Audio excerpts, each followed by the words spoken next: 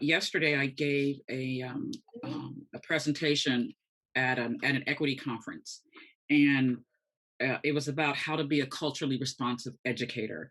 And one of the things I had to introduce to the teachers that were there, and this is all research based. And what was lovely is that Waldorf did it organically as part of who they are as an institution, meaning the Waldorf methodology for teaching and learning of the children.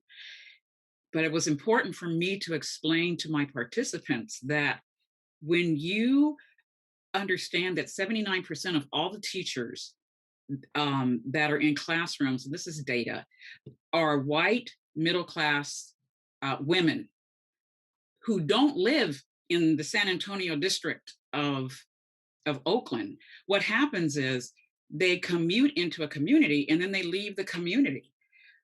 What you have, and my questions were, how many of you have ever walked around the neighborhood? How many of you shop where your kids shop? How many of you have taken the time before school starts to make a home visit so that you can introduce yourself to the parents even before you meet the children?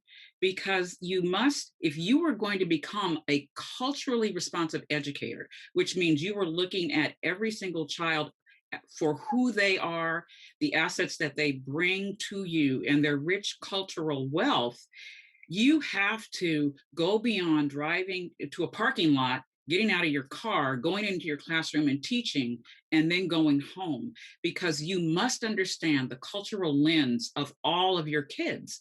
And one of the best ways to understand the child in your classroom is to talk to the parent, because that parent knows more about this child than you will ever know.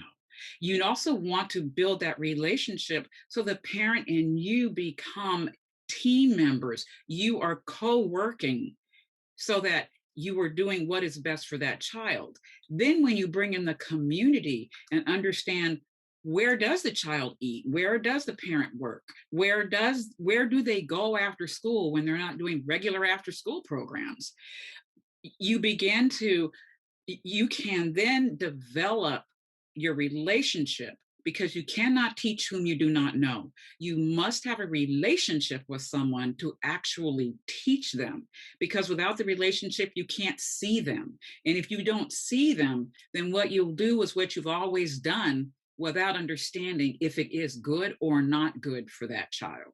So I just wanted you to know that what Dr. Oberman said is not just this is what Waldorf does.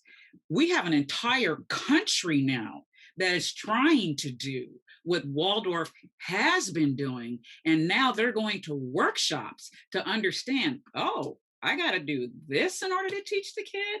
Okay. So I just want you to know this isn't new. This has been thoroughly researched. So now we are bringing it into standard traditional public education.